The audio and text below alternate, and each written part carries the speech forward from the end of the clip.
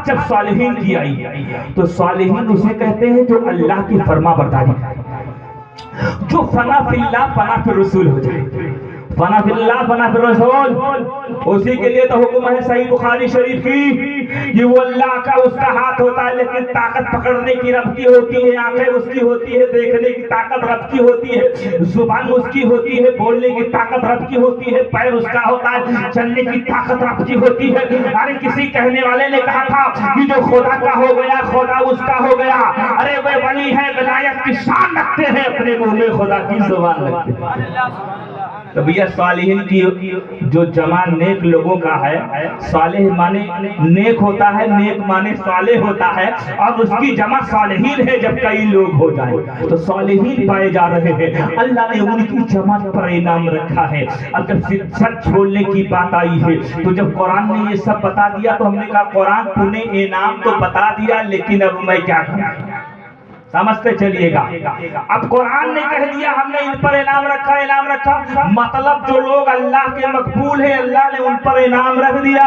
ہم نے کہا رب اب کیا کریں؟ تو رب نے فرمایا وَحَسْنَ أُولَئِكَ رَفِيقًا،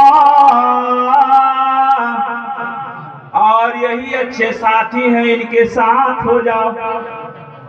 اولائی کا معنی وہ، اور حسنہ مانے اچھا خوبصورت عربی ہے یہ، اور رفیق کا مانے دوست، یہ اچھے دوست ہیں، ان کے ساتھ ہو جاؤ۔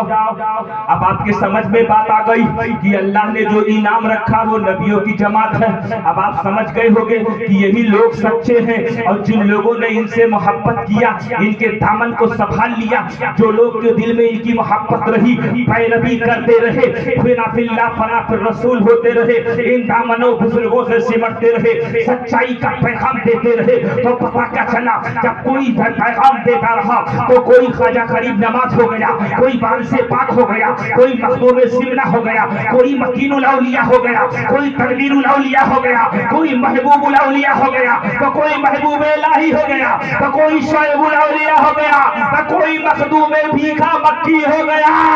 کہہ لینے دیا جائے یہی تو بچے ہیں، کیونکہ حدیث شریف میں آیا ہے من تشبہ قومی ومن تشبہ قومی، جو لوگ جس قوم کی جس کی مشابہ کرتے ہیں اسی کی طرح۔ حضرات بات سمجھ میں آئی کہ نہیں آئی؟ اب اگر سمجھ میں آ گئی تو سمجھ لینا یہی لوگ سچے ہیں، قرآن سے ثابت ہے۔ اور سنو، سچائی کی بات جب غوث اعظم کی آئی نا تو کیا آپ لوگوں نے نہیں پڑھا ہے؟ کیا آپ نے نہیں جانا ہے؟ ایک کتاب تھی جس کا نام بال پوتھی پہلے پڑھایا جاتا تھا، اس کے تیسرے درجے میں سچا بالغ کر کے واقعہ آتا تھا، لیکن اب تو توڑ مڑوڑ کر کے ان چیزوں کو ان لوگوں نے نکال دیا اور اسی کو تعمیر ادب حصہ میں کہا گیا۔ کیا بیان کیا گیا؟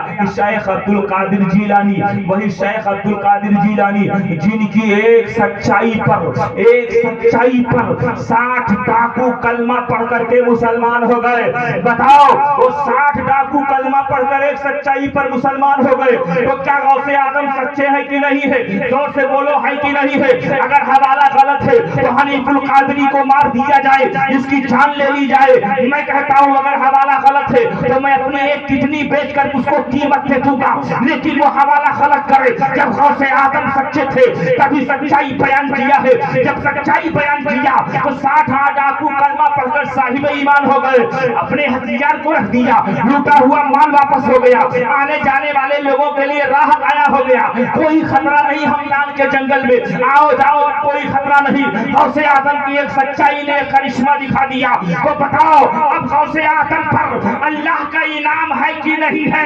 یہ سچے ہیں کہ نہیں ہے؟ تو کہنا پڑے گا غوث اعظم سچے ہیں، تو غوث اعظم دامنے پہ سرو سامان دے، قبلہ دیمن دے کعبو سچے ہیں کہ نہیں ہے؟ اگر غوث اعظم سچے نہ ہوتے تو کیسے وہ لوٹ مار کرنے والے ایمان والے ہو جاتے؟ حضرات سمجھتے چلیے گا۔ اب آپ کے سامنے ایک نکھار اور کرنا چاہتا ہوں، کچھ لوگ یہ کہتے ہوئے نظر آتے ہیں